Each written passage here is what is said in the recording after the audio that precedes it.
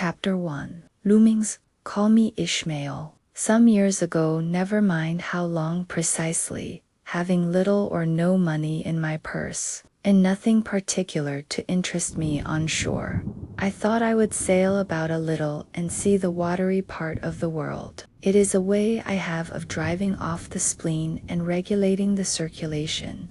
Whenever I find myself growing grim about the mouth, whenever it is a damp, drizzly November in my soul, whenever I find myself involuntarily pausing before coffin warehouses and bringing up the rear of every funeral I meet, and especially whenever my hypos get such an upper hand of me that it requires a strong moral principle to prevent me from deliberately stepping into the street and methodically knocking people's hats off, then I account it high time to get to sea as soon as I can. This is my substitute for pistol and ball. With a philosophical flourish, Cato throws himself upon his sword. I quietly take to the ship.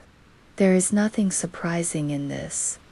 If they but knew it, almost all men in their degree, some time or other, cherish very nearly the same feelings towards the ocean. With me, there now is your insular city of the Manhattoes, belted round by wharves as Indian Isles by coral reefs. Commerce surrounds it with her surf. Right and left, the streets take you waterward. Its extreme downtown is the Battery, where that noble mole is washed by waves and cooled by breezes, which a few hours previous were out of sight of land. Look at the crowds of water gazers there. Circumambulate the city of a dreamy Sabbath afternoon. Go from Corlear's Hook to Coentus Slip, and from thence, by Whitehall northward. What do you see? Posted like silent sentinels all around the town, stand thousands upon thousands of mortal men fixed in ocean reveries, some leaning against the spiles, some seated upon the pierheads, some looking over the bulwarks of ships from China, some high aloft in the rigging, as if striving to get a still better seaward peep. But these are all landsmen, of weekdays pent up in lath, and plaster tied to counters, nailed to benches, clinched to desks. How then is this?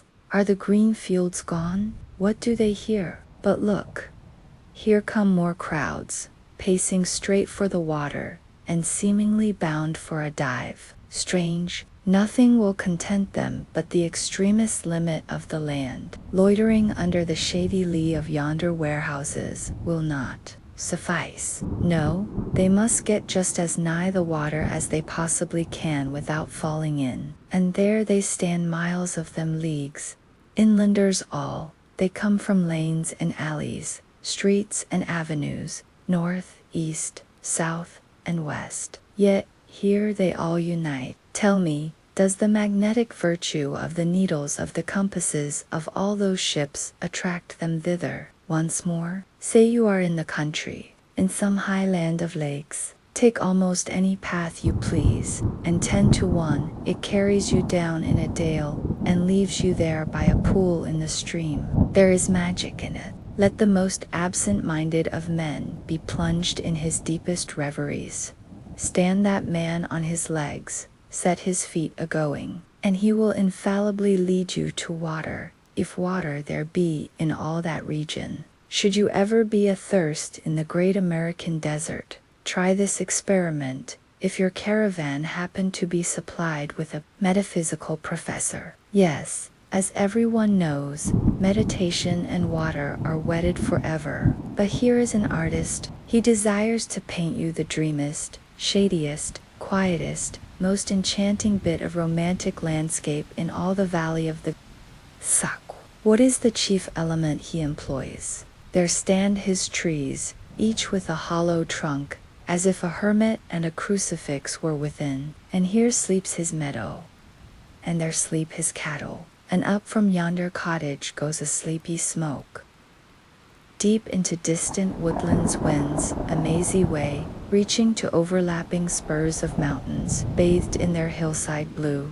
But though the picture lies thus trounced, And though this pine tree shakes down its sighs like leaves upon this shepherd's head, yet all were vain, unless the shepherd's eye were fixed upon the magic stream before him. Go visit the prairies in June, when 40 on scores of miles you wade knee-deep among tiger liliwat is the one charm wanting. Water there is not a drop of water there, were Niagara but a cataract of sand. Would you travel your 1,000 miles to see it? Why did the poor poet of Tennessee, upon suddenly receiving 2 handfuls of silver, deliberate whether to buy him a coat, which he sadly needed, or invest his money in a pedestrian trip to Rockaway Beach? Why is almost every robust, healthy boy with a robust, healthy soul in him, at some time or other crazy to go to sea? Why upon your first voyage as a passenger, did you yourself feel such a mystical vibration, when first told that you and your ship were now out of sight of land? Why did the old Persians hold the sea holy? Why did the Greeks give it a separate deity, an own brother of Jove?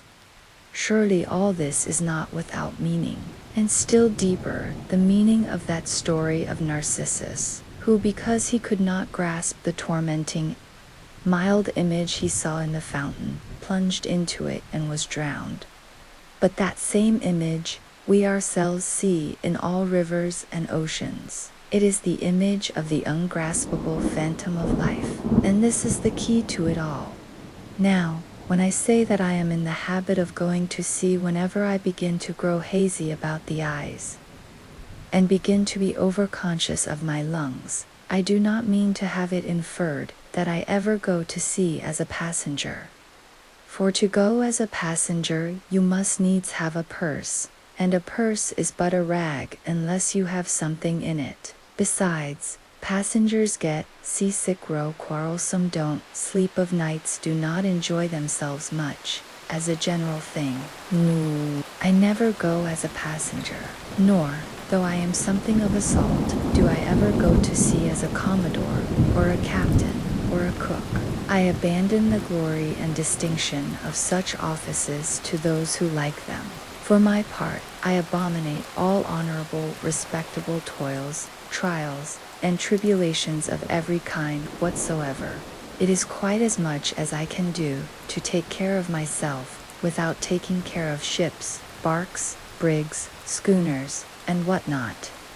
And as for going as cook, though I confess, there is considerable glory in that, a cook being a sort of officer on shipboard, yet somehow I never fancied broiling fowls, though once broiled, judiciously buttered, and judgmatically salted and peppered.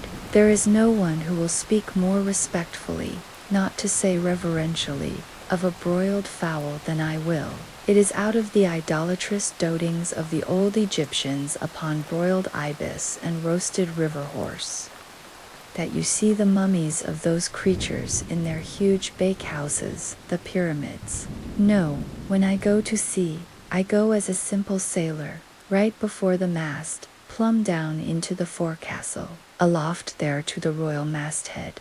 True, they rather order me about some, and make me jump from spar to spar, like a grasshopper in a May meadow. And at first, this sort of thing is unpleasant enough. It touches one's sense of honor, particularly if you come of an old established family in the land, the Van Rent or Randolphs, or Hardicanuts. And more than all, if just previous to putting your hand into the tar pot, you have been lording it as a country schoolmaster, making the tallest boys stand in awe of you. The transition is a keen one, I assure you, from a schoolmaster to a sailor, and requires a strong decoction of Seneca and the Stoics to enable you to grin and bear it. But even this wears off in time. What of it, if some old hunks of a sea captain orders me to get a broom and sweep down the decks? What does that indignity amount to, Wade? I mean, in the scales of the New Testament. Do you think the Archangel Gabriel thinks anything the less of me, because I promptly and respectfully obey that old hunks in it? That particular instance. Who ain't a slave? Tell me that. Well, then, however the old sea captains may order me about, however they may thump and punch me about, I have the satisfaction of knowing that it is all right, that everybody else is one way or other served in much the same way, either in a physical or metaphysical point of view, that is, and so the universal thump is passed round, and all hands should rub each other's shoulder blades and be content. Again, I always go to sea as a sailor, because they make a point of paying me for my trouble, whereas they never pay passengers a single penny that I ever heard of. On the contrary, passengers themselves must pay, and there is all the difference in the world between paying and being paid. The act of paying is perhaps the most uncomfortable infliction that the two orchard thieves entailed upon us. But being paid, what will compare with it? The urbane activity with which a man receives money is really marvelous, considering that we so earnestly believe money to be the root of all earthly ills, and that on no account can a moneyed man enter heaven. Ah, how cheerfully we consign ourselves to perdition. Finally, I always go to sea as a sailor, because of the wholesome exercise and pure air of the forecastle deck. For as in this world, headwinds are far more prevalent than winds from astern, that is, if you never violate the Pythagorean maxim. So, for the most part, the Commodore on the quarter-deck gets his atmosphere at second hand from the sailors on the forecastle. He thinks he breathes it first, but not so. In much the same way do the commonalty lead their leaders in many other things, at the same time that the leaders little suspect it.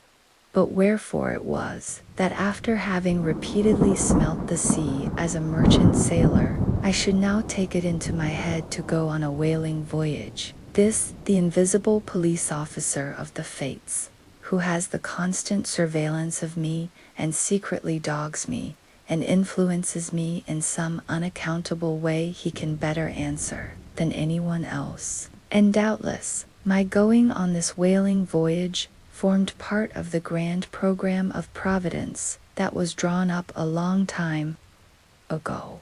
It came in as a sort of brief interlude and solo between more extensive performances. I take it that this part of the bill must have run something like this: Grand contested election for the presidency of the United States.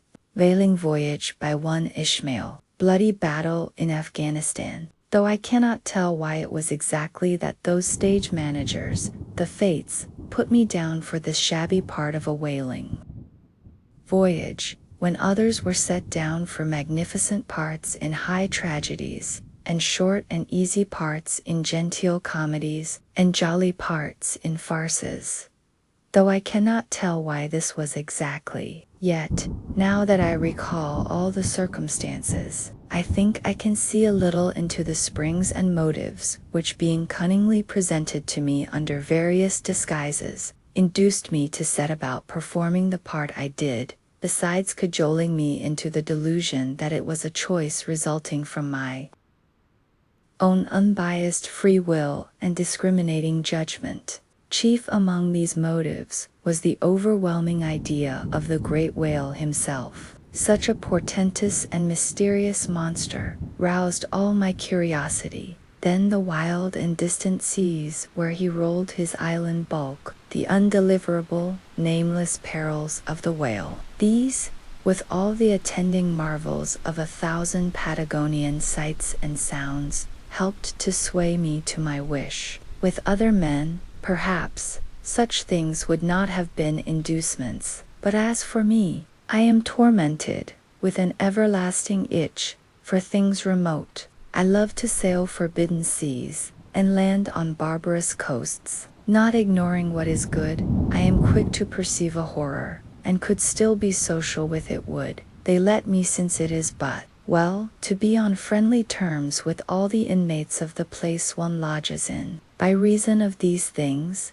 then, the whaling voyage was welcome. The great floodgates of the wonder world swung open, and in the wild conceits that swayed me to my purpose, two and two there floated into my inmost soul endless processions of the whale, and, mid most of them all, one grand hooded phantom, like a snow hill in the air.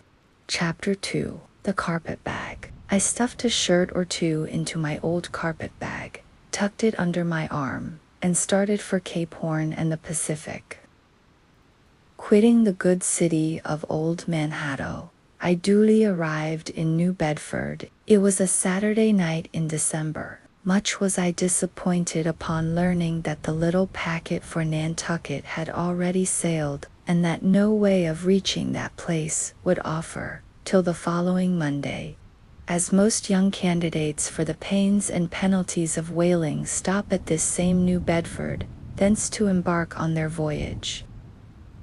It may as well be related that I, for one, had no idea of so doing, for my mind was made up to sail in no other than a Nantucket craft, because there was a fine, boisterous something about everything connected with that famous old island which amazingly pleased me.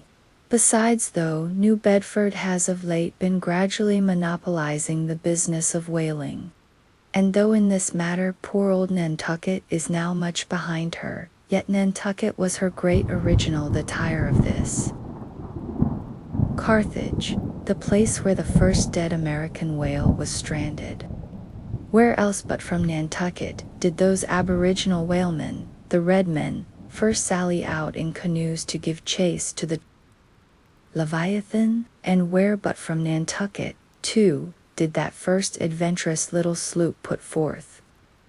Partly laden with imported cobblestones, so goes the story, to throw at the whales, in order to discover when they were nigh enough to risk a harpoon from the bowsprit. Now having a night, a day, and still another night following before me in New Bedford, ere I could embark for my destined port, it became a matter of concernment where I was to eat and sleep meanwhile. It was a very dubious looking, nay, a very dark and dismal night, bitingly cold and cheerless. I knew no one in the place. With anxious grapnels, I had sounded my pocket, and only brought up a few pieces of silver. So, wherever you go, Ishmael, said I to myself, as I stood in the middle of a dreary street, shouldering my bag, and comparing the gloom towards the north with the darkness towards the south, wherever, in your wisdom, you may conclude to lodge for the night, my dear Ishmael, be sure to inquire the price, and don't be too particular. With halting steps, I paced the streets, and passed the sign of the crossed harpoons, but it looked too expensive and jolly there. Further on, from the bright red windows of the Swordfish Inn, there came such fervent rays that it seemed to have melted the packed snow and ice from before the house, for everywhere else the congealed frost lay 10 inches thick in a hard asphaltic pavement, rather weary for me when I struck my foot against the flinty projections, because from hard, remorseless service, the soles of my boots were in a most miserable plight. Too expensive and jolly, again thought I, pausing one moment to watch the broad glare in the street, and hear the sounds of the tinkling glasses within.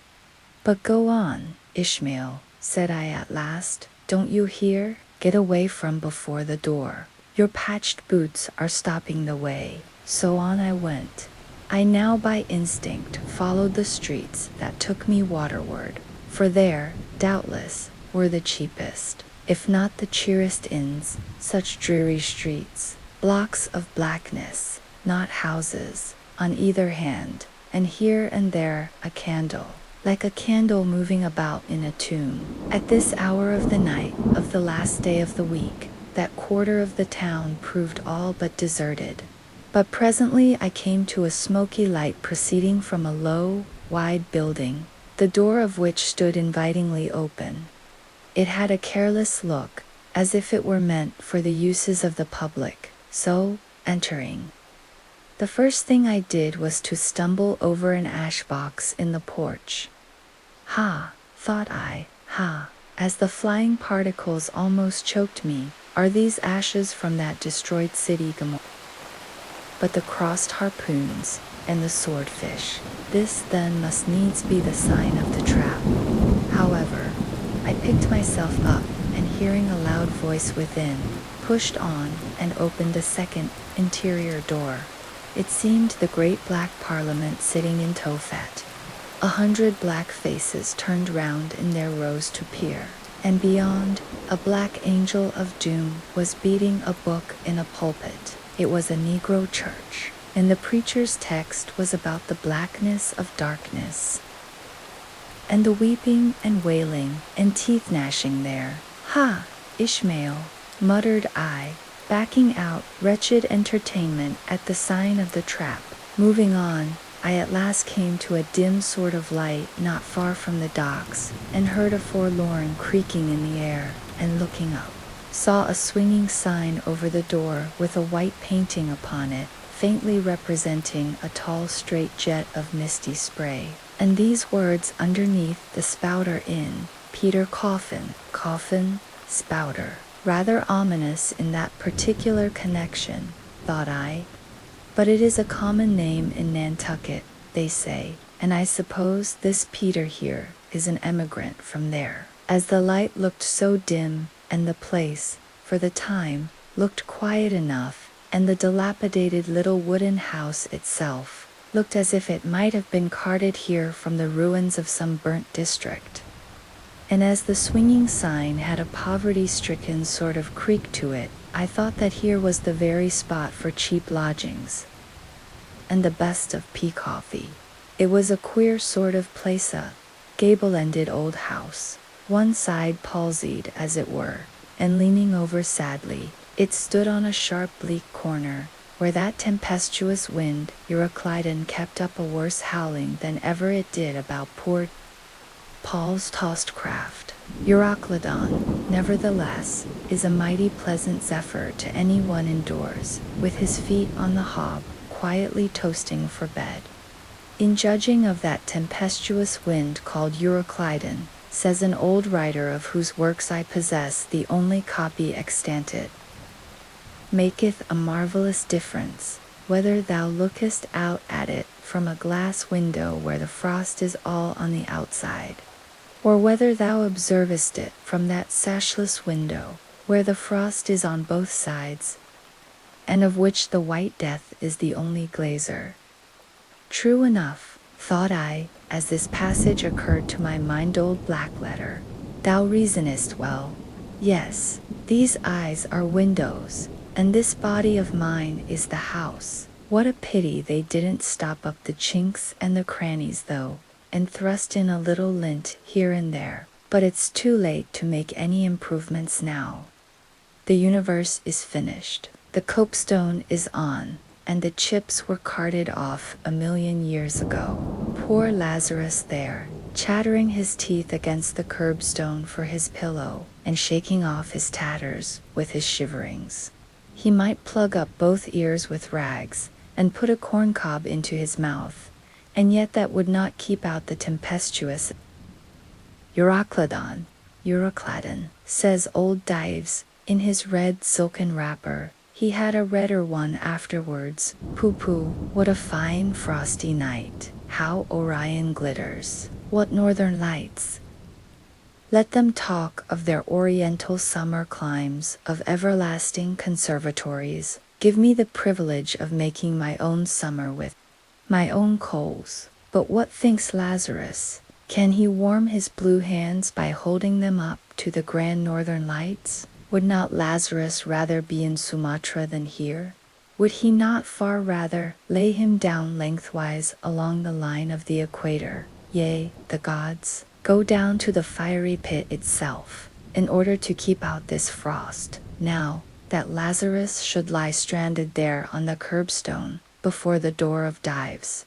This is more wonderful than that an iceberg should be moored to one of the Moluccas.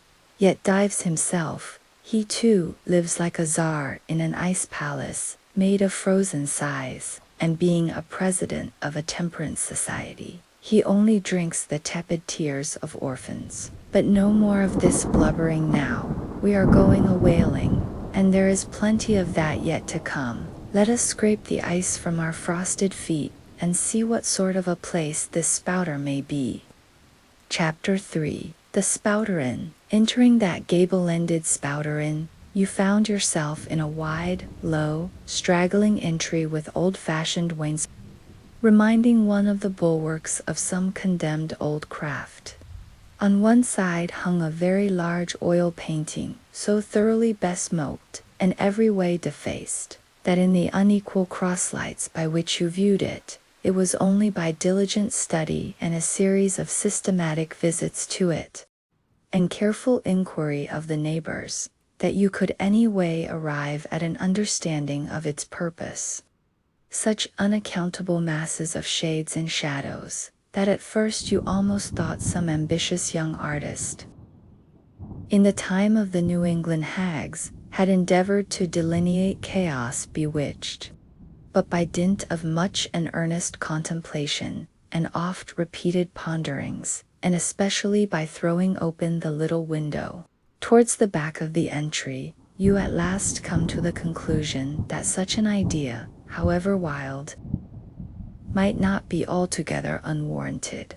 But what most puzzled and confounded you was a long, limber, portentous black mass of something hovering in the center of the picture over three blue, dim, perpendicular lines floating in a nameless yeast, a boggy, soggy, squishy picture, truly, enough to drive a nervous man distracted. Yet was there a sort of indefinite, half-attained, unimaginable sublimity about it that fairly froze you to it, till you involuntarily took an oath with yourself to find out what that marvelous painting meant. Ever and anon, a bright, but, alas, deceptive idea would dart you through.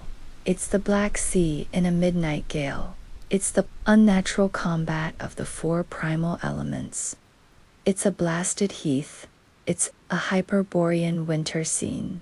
It's the breaking up of the icebound stream of time. But at last all these fancies yielded to that one portentous something in the picture's midst, that once found out, and all the rest were plain. But stop, does it not bear a faint resemblance to a gigantic fish, even the great Leviathan himself? In fact, the artist's design seemed this, a final theory of my own, partly based upon the aggregated opinions of many aged persons with whom I conversed upon the subject.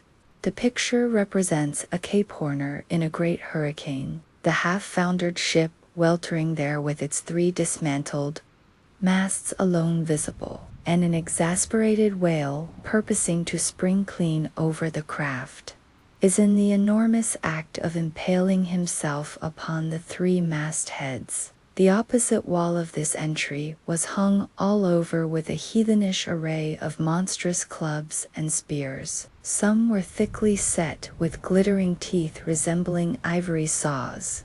Others were tufted with knots of human hair, and one was sickle-shaped, with a vast handle sweeping round like the segment made in the new-mown grass by a long-armed mower. You shuddered as you gazed, and wondered what monstrous cannibal and savage could ever have gone a death harvesting with such a hacking, horrifying implement.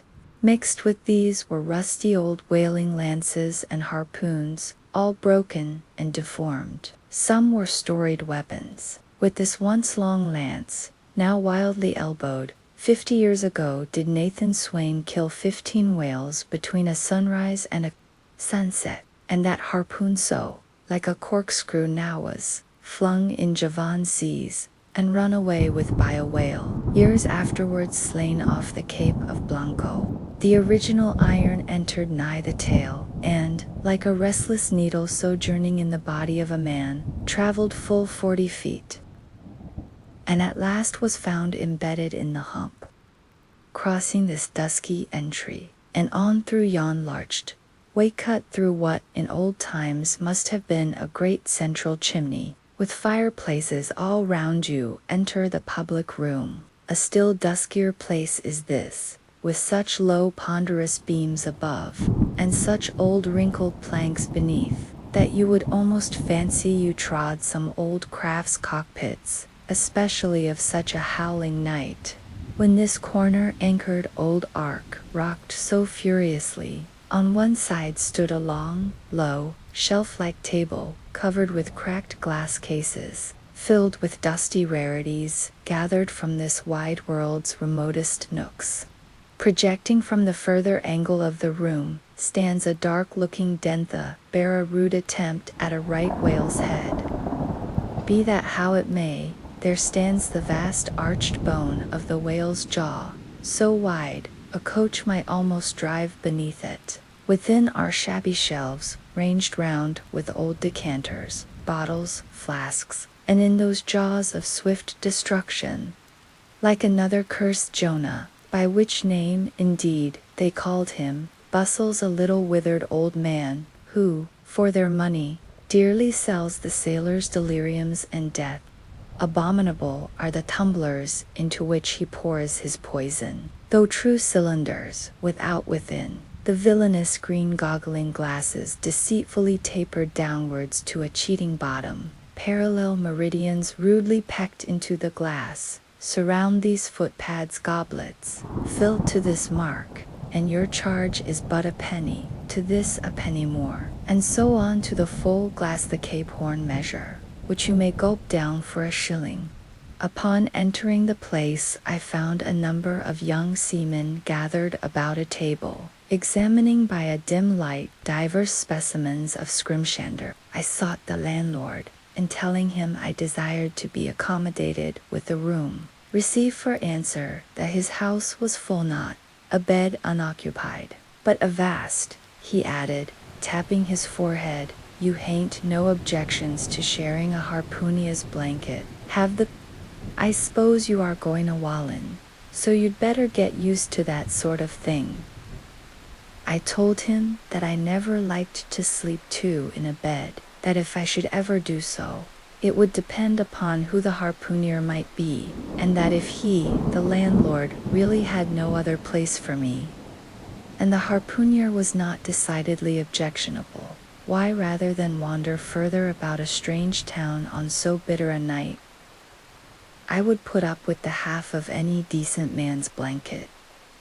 I thought so. All right, take a seat. Supper, you want supper? Supper'll be ready directly.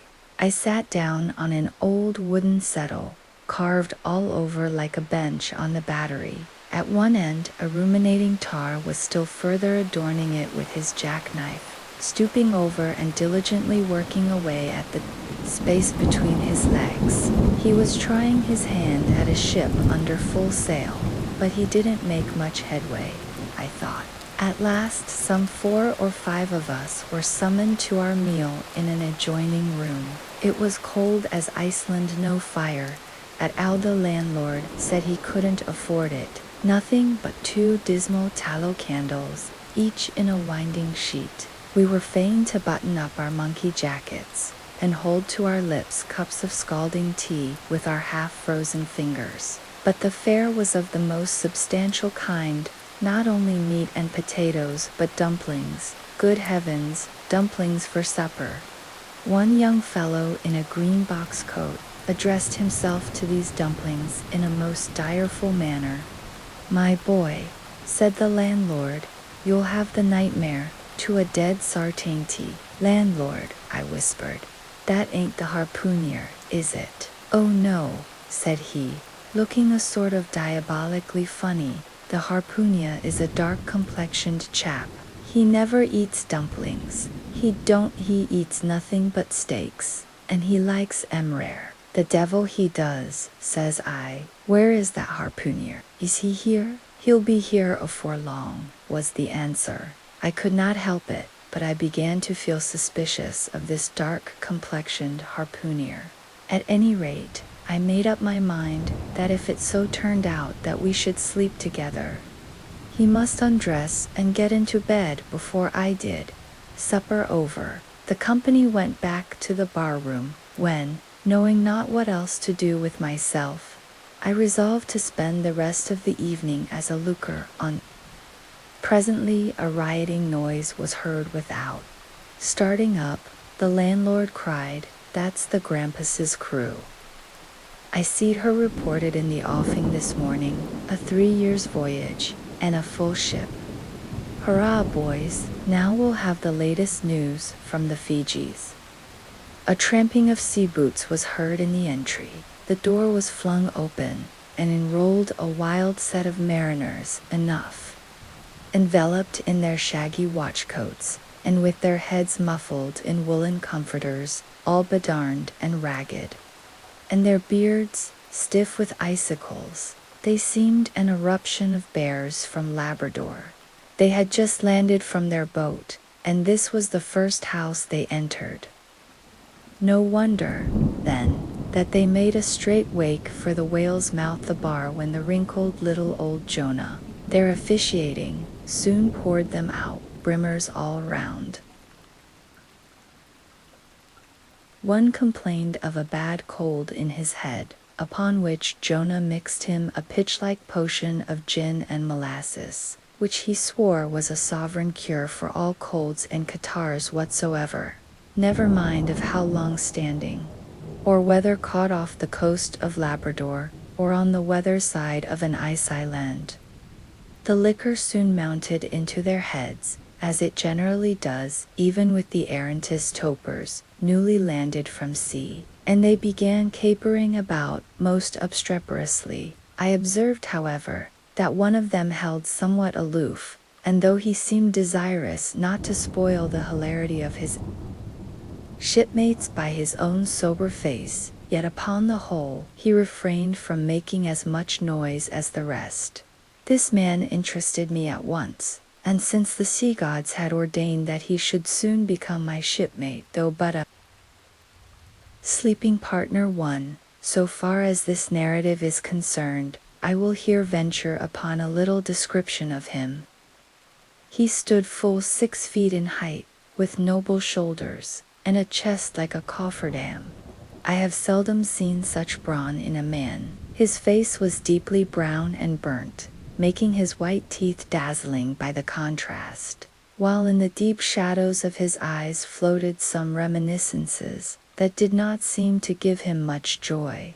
His voice at once announced that he was a Southerner, and from his fine stature, I thought he must be one of those tall mountaineers from the Alleghanian Ridge in Virginia. When the revelry of his companions had mounted to its height, this man slipped away unobserved, and I saw no more of him till he became my comrade on the sea. In a few minutes, however, he was missed by his shipmates, and being, it seems, for some reason a huge favorite with them, they raised a cry of "Bulkington! Bulkington! Where's Bulkington?" and darted out of the house in pursuit of him. It was now about 9 o'clock, and the room seeming almost supernaturally quiet after these orgies, I began to congratulate myself upon a little plan that had occurred to me just previous to the entrance of the seamen.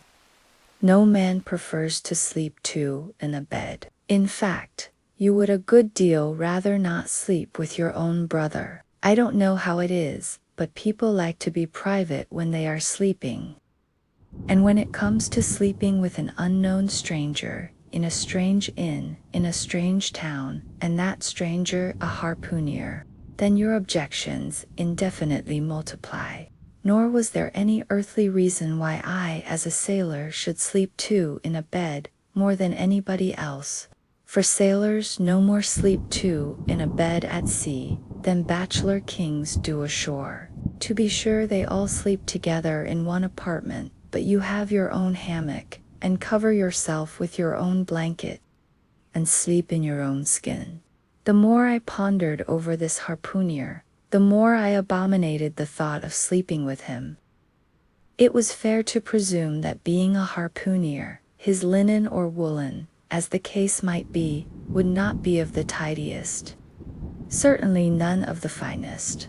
I began to twitch all over. Besides, it was getting late, and my decent harpooner ought to be home and going bedwards. Suppose now, he should tumble in upon me at midnight, how could I tell from what vile hole he had been coming? Landlord, I've changed my mind about that harpooner. I shan't sleep with him. I'll try the bench here. Just as you please. I'm sorry I can't spare the tablecloth for a mattress, and it's a plaguey rough board here. Feeling of the knots and notches. But wait a bit. I've got a carpenter's plane there in the bar weight, I say. And I'll make the snug enough. So saying, he procured the plane, and with his old silk handkerchief first dusting the bench, vigorously set to planing away at my bed, the while grinning like an ape. The shavings flew right and left, till at last the plain urn came bump against an indestructible knot. The landlord was near spraining his wrist, and I told him, for heaven's sake, to quit the bed was soft enough to suit me. And I did not know how all the planing in the world could make eider down of a pine plank. So gathering up the shavings with another grin, and throwing them into the great stove in the middle of the room, he went about his business, and left me in a brown study. I now took the measure of the bench, and found that it was a foot too short, but that could be mended with a chair. But it was a foot too narrow, and the other bench in the room was about 4 inches higher than the planed one, so there was no yoking them. I then placed the first bench lengthwise along the only clear space against the wall, leaving a little interval between for my back to settle down in, but I soon found that there came such a draught of cold air over me from under the sill of the window, that this plan would never do at all, especially as another current from the rickety door met the one from the window, and both together formed a series of small whirlwinds in the immediate vicinity of the spot where I had thought to spend the night. The devil fetch that harpooner, thought I, but stop, couldn't I steal a march on him, bolt his door inside, and jump into his bed, not to be wakened by the most violent knockings? It seemed no bad idea, but upon second thoughts I dismissed it. For who could tell but what the next morning, so soon as I popped out of the room, the harpooner might be standing in the entry, all ready to knock me down. Still, looking round me again, and seeing no possible chance of spending a sufferable night unless in some other person's bed, I began to think that, after all, I might be cherishing unwarrantable prejudices against this unknown harpooner. Thinks I, I'll wait a while. He must be dropping in before long. I'll have a good look at him then, and perhaps we may become jolly good bedfellows after all, there's no telling. But though the other boarders kept coming in by 1s, 2s, and 3s, and going to bed, yet no sign of my harpooner.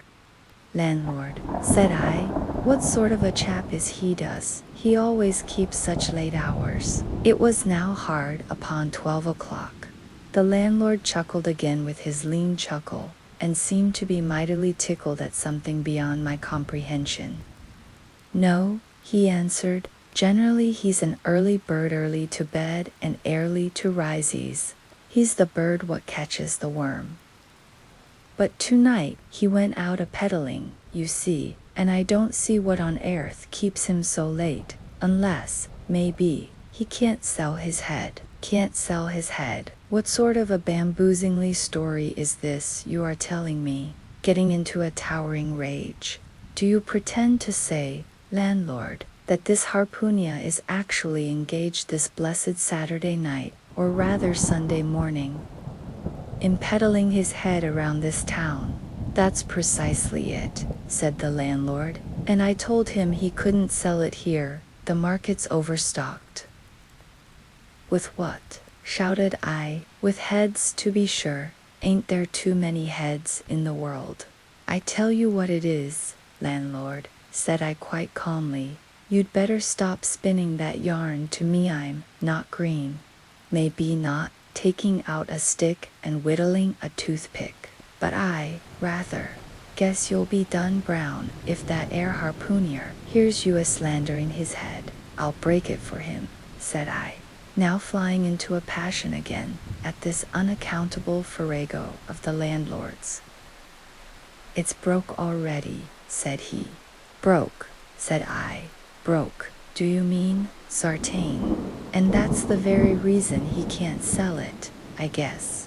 Landlord, said I, going up to him, as cool as MT Hecla in a snowstorm. Landlord, stop whittling. You and I must understand one another, and that too without delay. I come to your house and want a bed. You tell me you can only give me half a one, that the other half belongs to a certain harpooner. And about this harpooner whom I have not yet seen, you persist in telling me the most mystifying and exasperating stories, tending to beget in me an uncomfortable feeling towards the man whom you designed for my bedfellow sort of connection, landlord, which is an intimate and confidential one in the highest degree.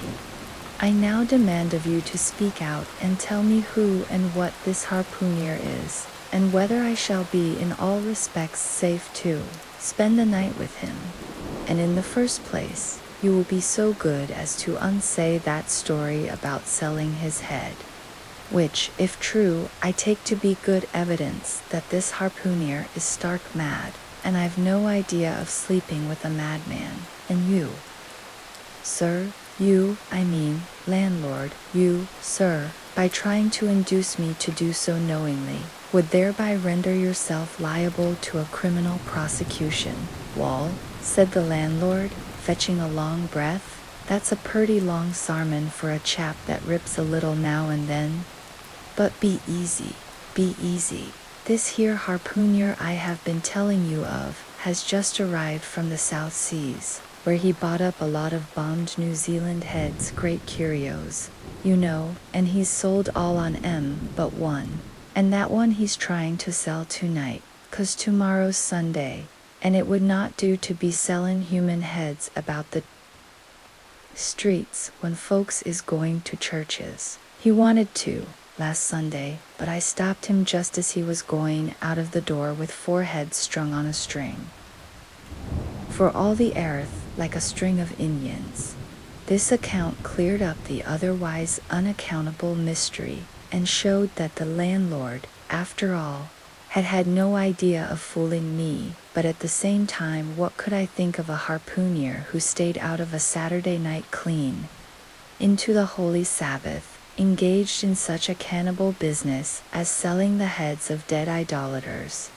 Depend upon it, landlord, that harpooner is a dangerous man.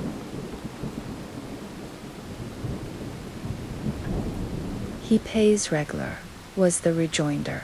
But come, it's getting dreadful late. You had better be turning flukes. It's a nice bed. Sal and me slept in that air bed the night we were spliced.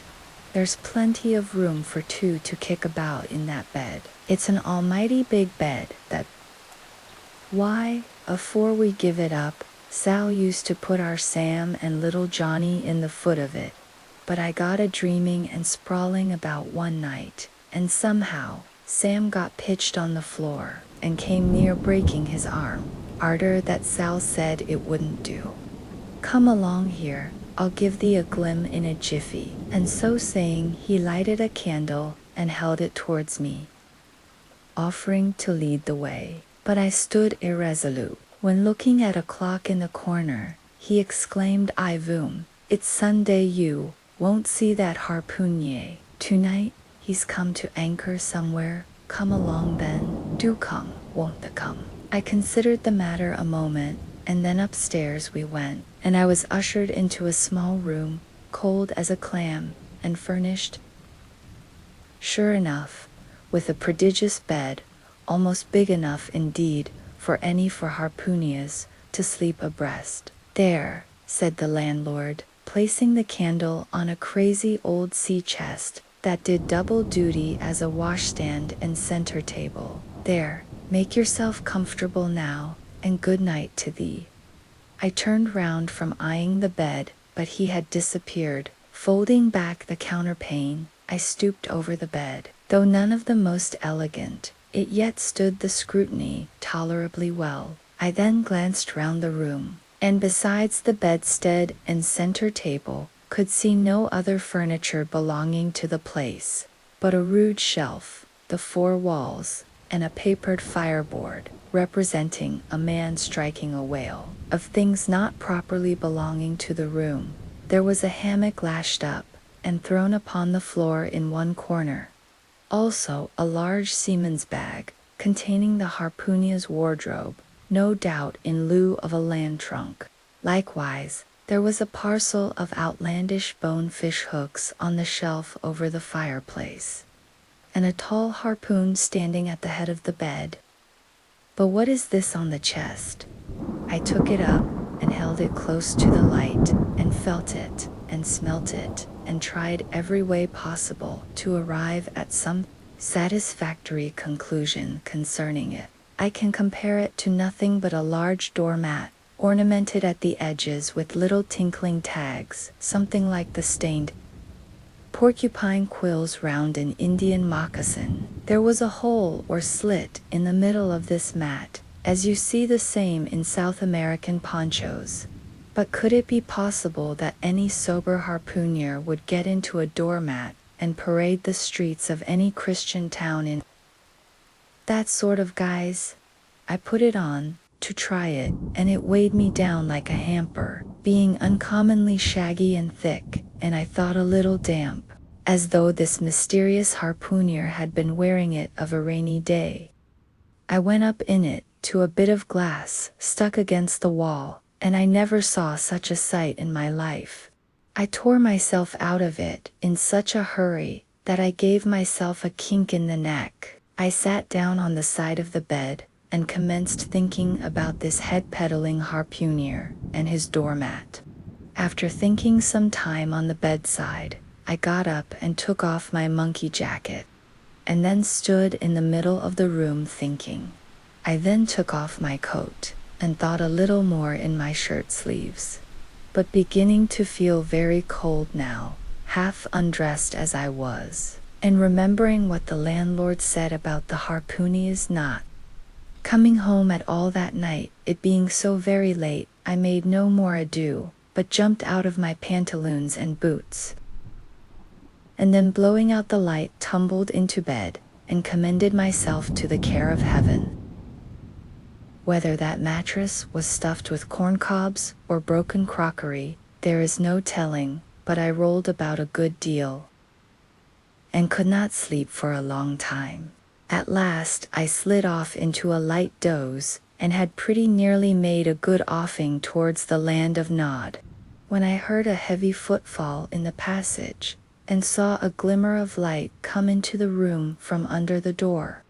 Lord save me, thinks I, that must be the harpooner, the infernal head peddler. But I lay perfectly still, and resolved not to say a word till spoken to, holding a light in one hand, and that identical New Zealand head in the other. The stranger entered the room, and without looking towards the bed, placed his candle a good way off from me on the floor in one corner, and then began working away at the knotted cords of the large bag I before spoke of as being in the room. I was all eagerness to see his face, but he kept it averted for some time while employed in unlacing the bag's mouth. This accomplished, however, he turned round when, good heavens, what a sight! Such a face! It was of a dark, purplish, yellow color, here and there stuck over with large, blackish-looking squares. Yes, it's just as I thought. He's a terrible bedfellow. He's been in a fight, got dreadfully cut, and here he is, just from the surgeon. But at that moment he chanced to turn his face so towards the light that I plainly saw they could not be sticking plasters at all, those black squares on his cheeks. They were stains of some sort or other. At first I knew not what to make of this, but soon an inkling of the truth occurred to me. I remembered a story of a white manna whaleman too who, falling among the cannibals, had been tattooed by them, I concluded that this harpooner, in the course of his distant voyages, must have met with a similar adventure. And what is it, thought I, after all? It's only his outside. A man can be honest in any sort of skin. But then, what to make of his unearthly complexion, that part of it, I mean, lying round about, and completely independent of the squares of tattooing? To be sure, it might be nothing but a good coat of tropical tanning, but I never heard of a hot sun's tanning a white man into a purplish yellow one. However, I had never been in the South Seas, and perhaps the sun there produced these extraordinary effects upon the skin. Now, while all these ideas were passing through me like lightning, this harpooner never noticed me at all. But, after some difficulty having opened his bag, he commenced fumbling in it, and presently pulled out a sort of tomahawk and a sealskin wallet with the hair on. Placing these on the old chest in the middle of the room, he then took the New Zealand head, a ghastly thing, fanned, crammed it down into the bag. He now took off his hata new beaver hat, when I came nigh singing out with fresh surprise. There was no hair on his head, none to speak of, at least nothing but a small scalp knot twisted up on his forehead. His bald, purplish head now looked for all the world like a mildewed skull. Had not the stranger stood between me and the door, I would have bolted out of it quicker than ever I bolted a dinner. Even as it was, I thought something of slipping out of the window, but it was the second floor back. I am no coward, but what to make of this head-peddling purple rascal altogether past my comprehension. Ignorance is the parent of fear, and being completely nonplussed and confounded about the stranger, I confess I was now as much afraid of him as if it was the devil himself who had thus broken into my room at the dead of night. In fact, I was so afraid of him that I was not game enough just then to address him and demand a satisfactory answer concerning what seemed inexplicable in him. Meanwhile, he continued the business of undressing, and at last showed his chest and arms. As I live, these covered parts of him were checkered with the same squares as his face. His back, too, was all over the same dark squares. He seemed to have been in a 30 years' war, and just escaped from it with a sticking plaster shirt. Still more, his very legs were marked, as if a parcel of dark green frogs were running up the trunks of young palms. It was now quite plain that he must be some abominable savage or other shipped aboard of a whaleman in the South Seas, and so landed in this Christian country. I quaked to think of it. A peddler of heads, too, perhaps, the heads of his own brothers. He might take a fancy to mine heavens.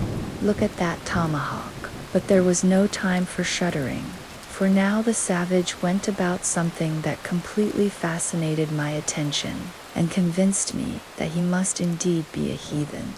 Going to his heavy grego or rappel, or dreadnought, which he had previously hung on a chair, he fumbled in the pockets, and produced, at length, a curious little deformed image, with a hunch on its back, and exactly the color of a 3-days-old Congo baby, remembering the embalmed head.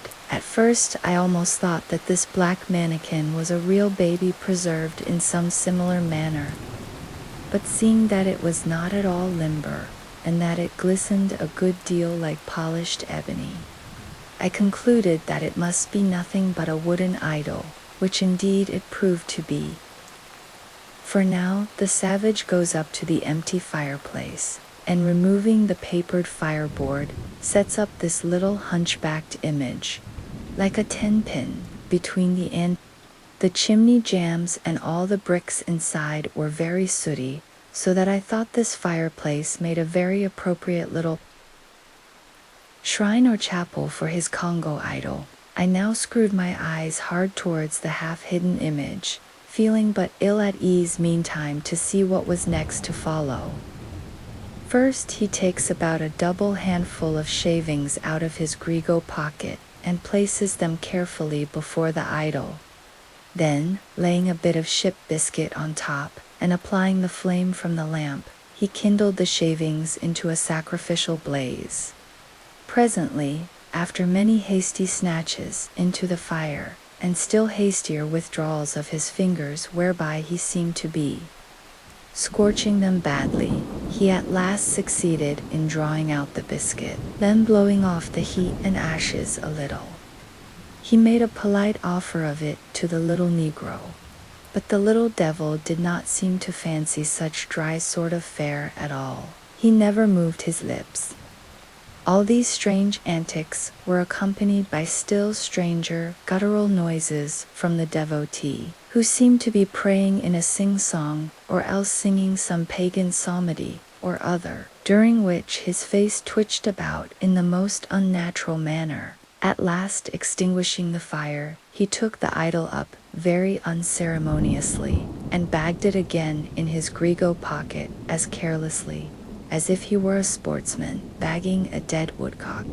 All these queer proceedings increased my uncomfortableness, and seeing him now exhibiting strong symptoms of concluding his business operations and jumping into bed with me, I thought it was high time, now or never, before the light was put out, to break the spell in which I had so long been bound. But the interval I spent in deliberating what to say was a fatal one. Taking up his tomahawk from the table, he examined the head of it for an instant, and then holding it to the light, with his mouth at the handle, he puffed out great clouds of tobacco smoke. The next moment the light was extinguished, and this wild cannibal, tomahawk between his teeth, sprang into bed with me. I sang out, I could not help it now, and giving a sudden grunt of astonishment, he began feeling me, stammering out something, I knew not what. I rolled away from him against the wall, and then conjured him, whoever or whatever he might be, to keep quiet, and let me get up and light the lamp again. But his guttural responses satisfied me at once that he but ill comprehended my meaning. Who he die bell you? He at last said, you no speaky, dammy, I killee. And so saying, the lighted tomahawk began flourishing about me in the dark. Landlord, for God's sake, Peter Coffin, shouted I. Landlord, watch. Coffin, angels, save me. Speaky, tell me who ye be, or damn me, I killee. Again growled the cannibal, while his horrid flourishings of the tomahawk scattered the hot tobacco ashes about me till I thought my linen would get on fire. But thank heaven, at that moment the landlord came into the room, light in hand, and leaping from the bed I ran up to him. Don't be afraid now, said he, grinning again. Quickweg here wouldn't harm a hair of your head. Stop your grinning, shouted I, and why didn't you tell me that infernal harpooner was a cannibal? I thought the note it. Didn't I tell thee he was a peddling heads around town? But turn flukes again and go to sleep. Quickweg, look here you Sebi me. I Sebi you this man sleep, you Sebi. Me, Sebi plenty grunted Quickweg, puffing away at his pipe and sitting up in bed. You getty in, he added, motioning to me with his tomahawk, and throwing the clothes to one side. He really did this, in not only a civil, but a really kind and charitable way. I stood looking at him a moment. For all his tattooings, he was on the whole a clean, comely-looking cannibal. What's all this fuss I have been making about? Thought I to myself, the man's a human being, just as I am. He has just as much reason to fear me as I have to be afraid of him. Better sleep with a sober cannibal than a drunken Christian. Landlord, said I, tell him to stash his tomahawk there, or pipe, or whatever you call it. Tell him to stop smoking, in short, and I will turn in with him. But I don't fancy having a man smoking in bed with me. It's dangerous.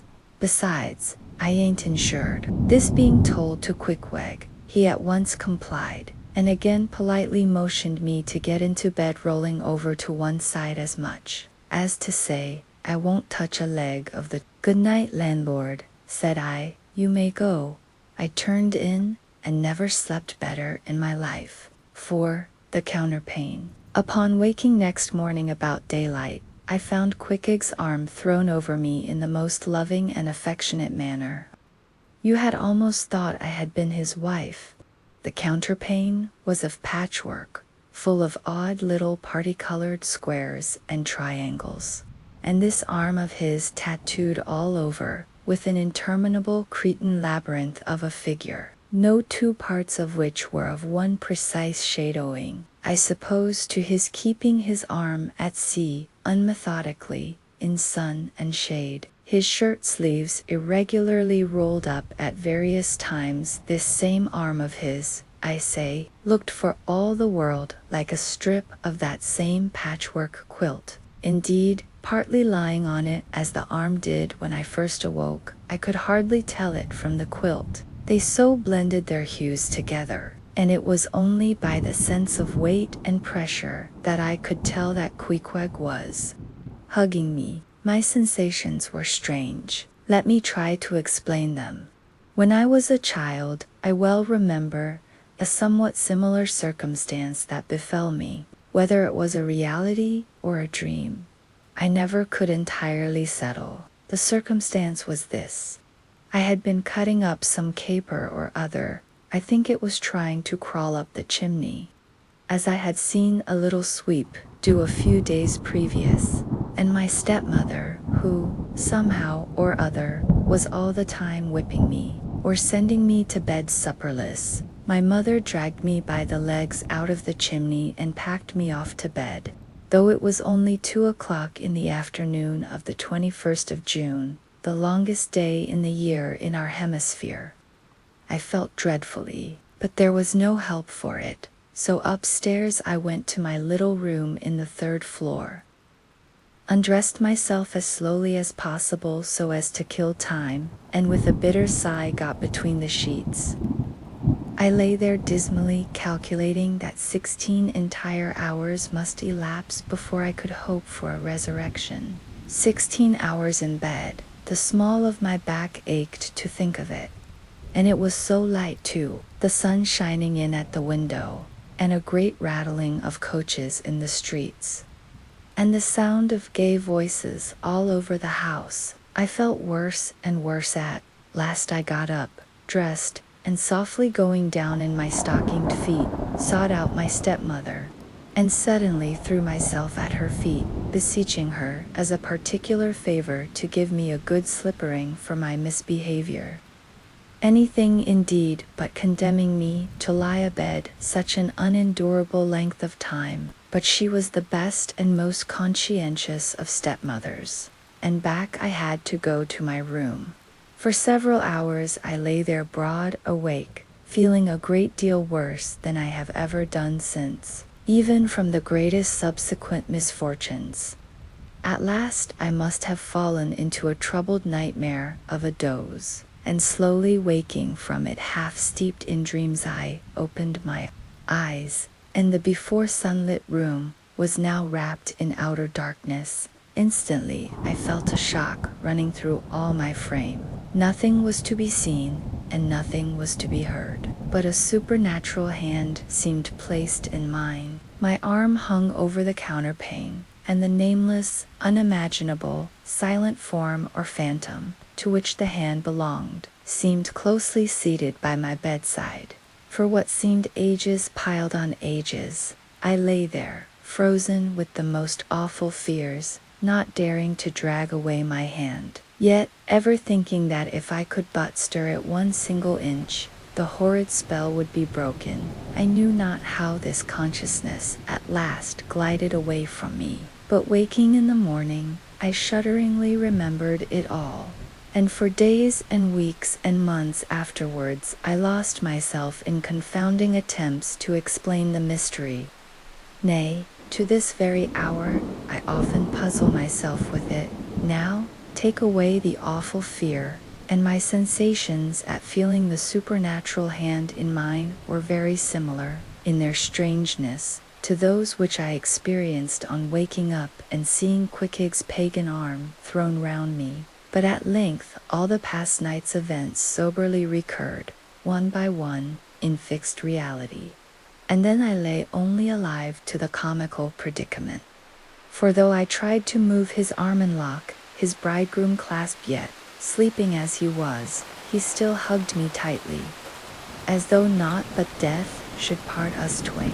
I now strove to rouse him, Queequeg, but his only answer was a snore. I then rolled over, my neck feeling as if it were in a horse collar, and suddenly felt a slight scratch. Throwing aside the counterpane, there lay the tomahawk sleeping by the savage's side, as if it were a hatchet-faced baby. A pretty pickle, truly, thought I. A bed here in a strange house in the broad day, with a cannibal and a tomahawk. Queequeg, in the name of goodness, Queequeg, wake.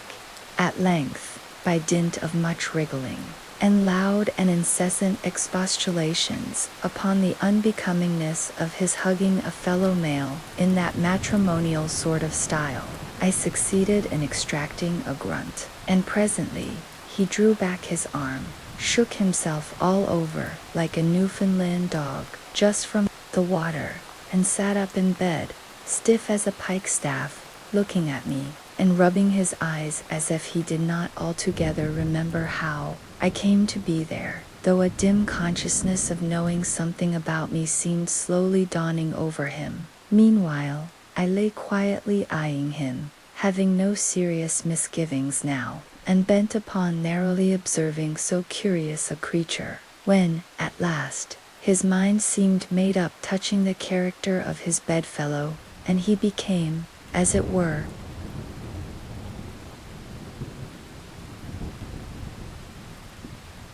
reconciled to the fact. He jumped out upon the floor, and by certain signs and sounds gave me to understand that, if it pleased me, he would dress first, and then leave me to dress afterwards, leaving the whole apartment to myself. Thinks I, Queequeg, under the circumstances, this is a very civilized overture, but the truth is, these savages have an innate sense of delicacy.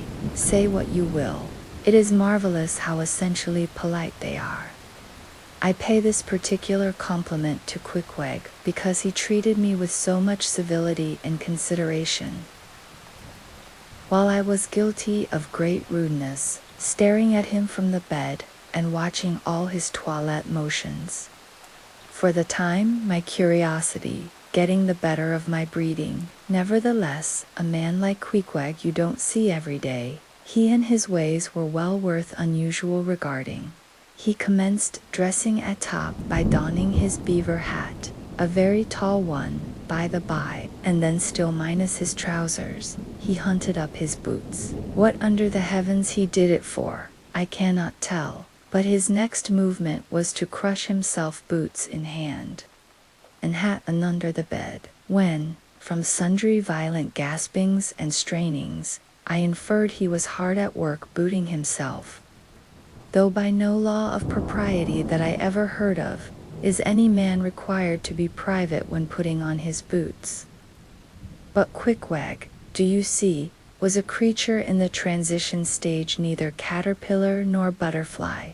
He was just enough civilized to show off his outlandishness in the strangest possible manners. His education was not yet completed. He was an undergraduate. If he had not been a small degree civilized, he very probably would not have troubled himself with boots at all. But then, if he had not been still a savage, he never would have dreamt of getting under the bed to put them on. At last, he emerged with his hat very much dented and crushed down over his eyes, and began creaking and limping about the room, as if, not being much accustomed to boots, his pair of damp, wrinkled cowhide ones probably not made to order, either pinched and tormented him at the first go-off of a bitter cold morning.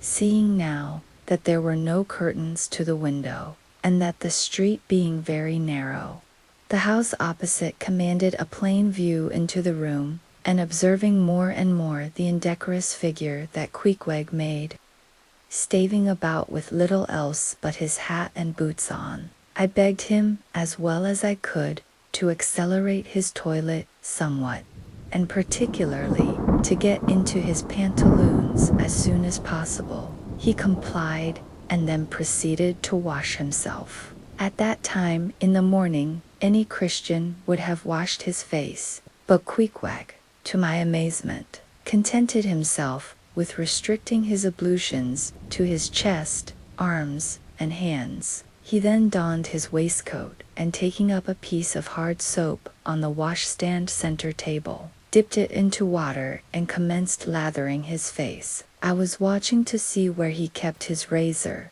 when lo and behold, he takes the harpoon from the bed corner, slips out the long wooden stock, unsheaths the head, wets it a little on his boot, and striding up to the bit of mirror against the wall, begins a vigorous scraping, or rather harpooning of his cheeks. Thinks I, Queequeg, this is using Rogers's best cutlery with a vengeance. Afterwards I wondered the less at this operation, when I came to know of what fine steel the head of a harpoon is made, and how exceedingly sharp the long straight edges are always kept. The rest of his toilet was soon achieved, and he proudly marched out of the room, wrapped up in his great pilot monkey jacket, and sporting his harpoon like a marshal's baton. Chapter 5. Breakfast. I quickly followed suit, and descending into the bar room, accosted the grinning landlord very pleasantly. I cherished no malice towards him, though he had been skylarking with me not a little in the matter of my bedfellow. However, a good laugh is a mighty good thing, and rather to scarce a good thing, the more's the pity. So, if any one man, in his own proper person, afford stuff for a good joke to anybody, let him not be backward, but let him cheerfully allow himself to spend, and be spent in that way. And the man that has anything bountifully laughable about him, be sure there is more in that man than you perhaps think, for the bar room was now full of the boarders who had been dropping in the night previous, and whom I had not as yet had a good look at. They were nearly all chief mates, and second mates, and third mates, and sea carpenters, and sea coopers, and sea blacksmiths, and harpooneers, and shipkeepers. A brown and brawny company, with bosky beards, an unshorn shaggy set, all wearing monkey jackets for morning gowns. You could pretty plainly tell how long each one had been ashore. This young fellow's healthy cheek is like a sun-toasted pear in hue, and would seem to smell almost as musky. He cannot have been 3 days landed from his Indian voyage. That man next him looks a few shades lighter. You might say a touch of satin wood is in him. In the complexion of a third still lingers a tropic tone, but slightly bleached withal. He doubtless has tarried whole weeks ashore.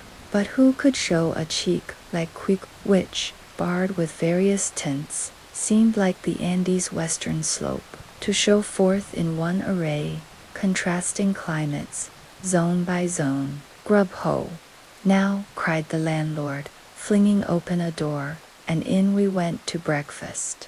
They say that men who have seen the world, thereby become quite at ease in manner, quite self-possessed in company. Not always, though. Ledyard, the great New England traveler, and Mungo Park, the Scotch one, of all men, they possessed the least assurance in the parlor. But perhaps the mere crossing of Siberia in a sledge drawn by dogs, as Ledyard did, or the taking a long solitary walk on an empty stomach in the Negro heart of Africa, which was the sum of poor Mungo's performances, this kind of travel, I say, may not be the very best mode of attaining a high social polish. Still, for the most part, that sort of thing is to be had anywhere. These reflections just here are occasioned by the circumstance that after we were all seated at the table, and I was preparing to hear some good stories about whaling, to my no small surprise, nearly every man maintained a profound silence. And not only that, but they looked embarrassed. Yes, here were a set of many of whom, without the slightest bashfulness, had boarded great whales on the high season tire. Strangers to them, manned dueled them dead without winking. And yet, here they sat at a social breakfast table all of the same, calling, all of kindred tastes, looking round as sheepishly at each other, as though they had never been out of sight of some sheepfold among the green mountains. A curious sight, these bashful bears, these timid warrior whalemen. But as for Queequeg sat there among them Matt, the head of the table, to it so chanced, as cool as an icicle. To be sure, I cannot say much for his breeding. His greatest admirer could not have cordially justified his bringing his harpoon into breakfast with him, and using it there without ceremony, reaching over the table with it, to the imminent jeopardy of many heads, and grappling the beefsteaks towards him. But that was certainly very coolly done by him, and everyone knows that in most people's estimation, to do anything coolly is to do it genteelly. We will not speak of all Queequeg's peculiarities here, how he issued coffee and hot rolls, and applied his undivided attention to beefsteaks, done rare enough, that when breakfast was over, he withdrew like the rest, into the public room, lighted his tomahawk pipe, and was sitting there quietly digesting and smoking with his inseparable hat on, when I sallied out for a stroll.